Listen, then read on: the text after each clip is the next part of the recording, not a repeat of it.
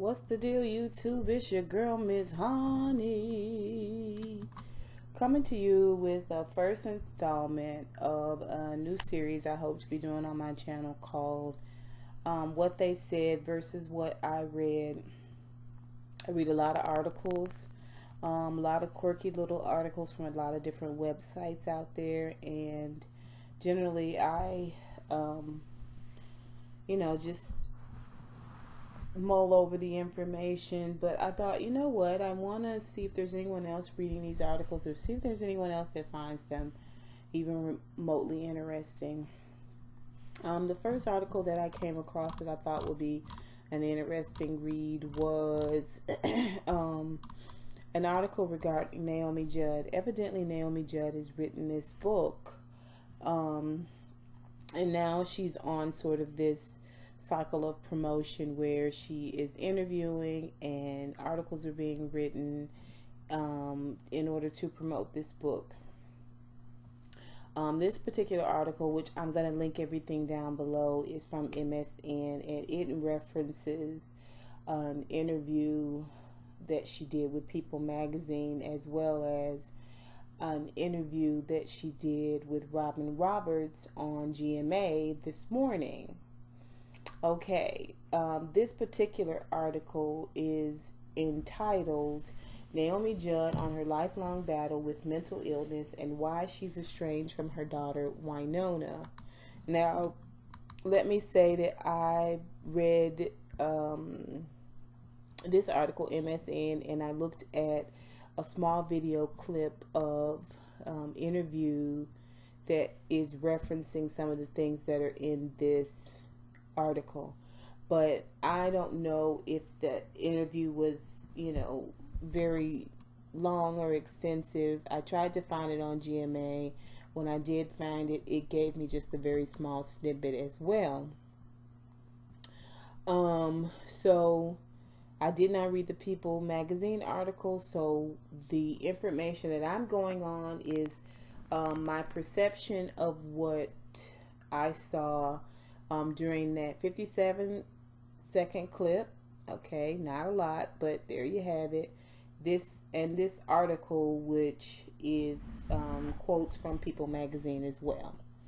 Now, I will say that on GMA, they really touted the whole situation that she talked about in terms of her being a hero and being very, very strong and telling her story. Okay, and this article doesn't really do that. It just sort of tells you what's going on. I'm not really sure what standpoint People magazine took with their interview with her. This is just my take, my opinion on what I have read, and that's all that it is, my opinion. Okay, so here we go. Naomi Judd on her lifelong battle with mental illness and why she's estranged from her daughter Wynonna. This article was written by People magazine's Char Adams. Excuse me, guys. It's been years since country music star Naomi Judd left the public eye. Now the star is back and opening up about her lifelong battle with mental illness. What I've been through is extreme. My final diagnosis was severe depression, Judd told ABC's Robin Roberts in an interview aired Tuesday on Good Morning America. Quote, treatment resistant because they tried me on every single thing they had in their arsenal. It really felt like if I lived through this, I want someone to be able to say that they can survive, end quote. Judd, 70, was a part of a country music duo comprised of herself and her now 52-year-old daughter, Wynonna Judd, the Judds. The Grammy Award-winning pair rose to the top of the country charts, but not without some struggles. They, quote, they see me in rhinestones, with glitter in my hair. That really is who I am, she said. But then I would come home and not leave the house for 3 weeks. and not get out of my pajamas and not practice normal hygiene. It was really bad. Her condition has landed her several stints in psychiatric wards and on different medications, which she said has caused her hands to shake and her face to swell up like a balloon. I really haven't been eating ice cream and candy, she joked. I really haven't. Judd wrote of her troubles in her new memoir, River of Time, My Descent into Depression and How I Emerged with Hope, in which she tells about her struggles and her road to radical acceptance. Every day I exercised. I would walk up to Ashley's house and I would holler at her from her front step. She said of her youngest daughter, if she was home, she would come out and give me a hug. Ashley and I are so stinking much alike. We have the same mannerisms. We both read a whole lot. We both love new places. There are such similarities, end quote. As for her relationship with Wynonna Judd, Judd said the pair are, quote, on a break. Quote, through the decades, we kind of grew up together, and I'm always telling her, if I had known better, I would have done better, she said. Why, meaning Wynonna, bore the brunt of all of the mistakes I made, and we talk about them.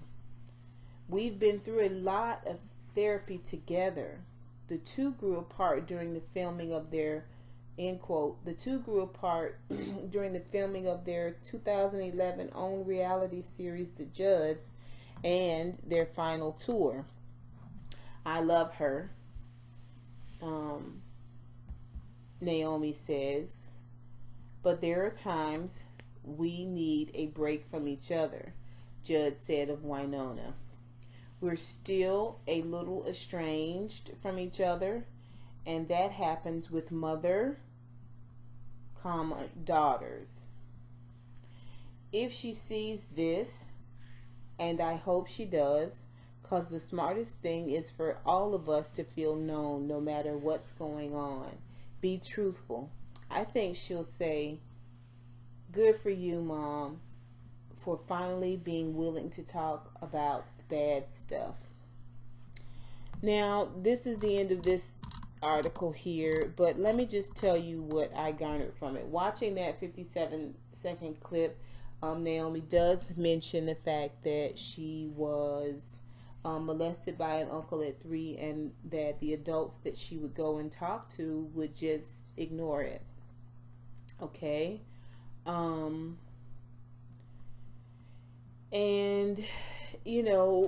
that's not surprising. You find a lot of people who suffer from mental illness, such as depression.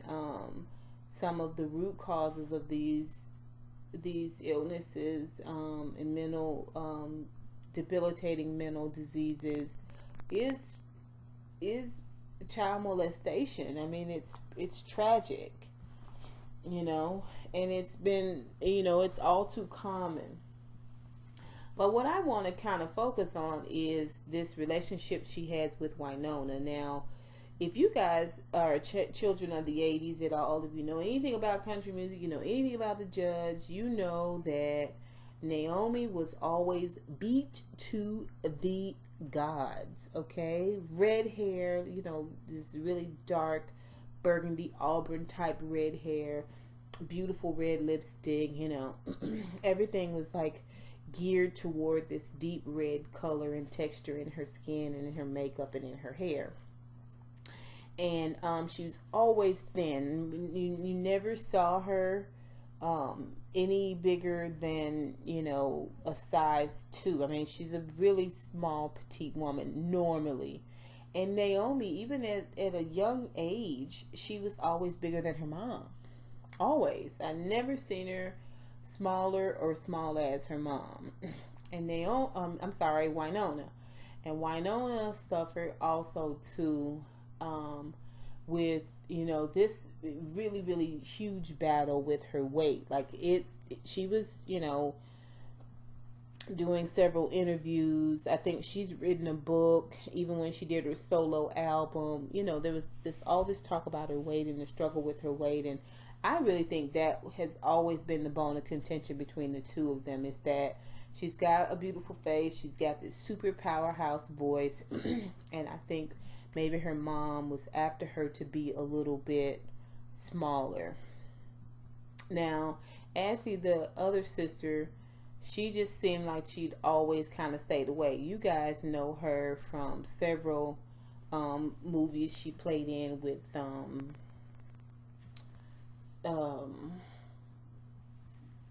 Morgan Freeman. I think she played in a movie with him, To Kill a Spider or something like that. Anyway. It was a good movie. But she's an actress. So when I read this article, I just kind of read in between the lines at what she's not saying. When she tells a story about how they see me in rhinestones and I wouldn't come out of the room, and she says to Robin Roberts, I want to tell you something from the Giddy Up. She says, I want to tell you something because I trust you so much. I want to share something with you. All the medication that I'm on, that's why my hands are shaking, and that's why I'm so big. I look like a balloon. She says, I really haven't been eating ice cream and candy, she joked. I really haven't. It's a weird thing to kind of lead with, in my opinion. Okay.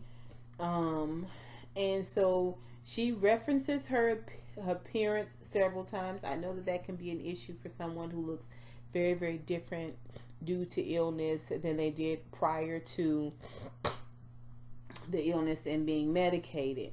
I understand that. But then when she says, every day I exercised, I walked up to Ashley's house. I would holler from her front step. And she said of her youngest daughter, if she was home, she'd come out and give me a hug. Ashley and I are so stinking much alike. We have the same mannerisms. We both read a whole lot. We both love new places. There's such similarities. What I hear you saying is you go up to the gate, but you're not allowed in the gate. For whatever reason, you're not going in the gate. For whatever reason, your daughter chooses sometimes to answer you, maybe yes, maybe no. Okay? Something is going on with her and these kids and her kids. This interview, this book, this is really an apology to her children. That's what it sounds like to me, you guys. I don't know. But I'm prepared to be wrong, but this is what I think. As for the relationship with Wynonna, Naomi said the pair are on a break. She talks about how, Wynonna bore the brunt of all the mistakes she made, and we talked about them. We've been through a lot of therapy together. The two grew apart during their Listen, it was kind of apparent, and Oprah did a couple of articles, interviews with them together, and it was, kind of talked about the tension in their relationship. Okay? And for this woman to be 70 years old and in such a serious health state, and her daughter to be 52 years old, still a very mature person herself, and to want to have nothing to do with her mom, so much so to the point that her mother says, I hope she sees this. I hope she does, because the smartest thing for all of us is to feel known no matter what's going on. Be truthful. I think she'll say, good for you, Mom. That's very suggestive. Good for you, Mom.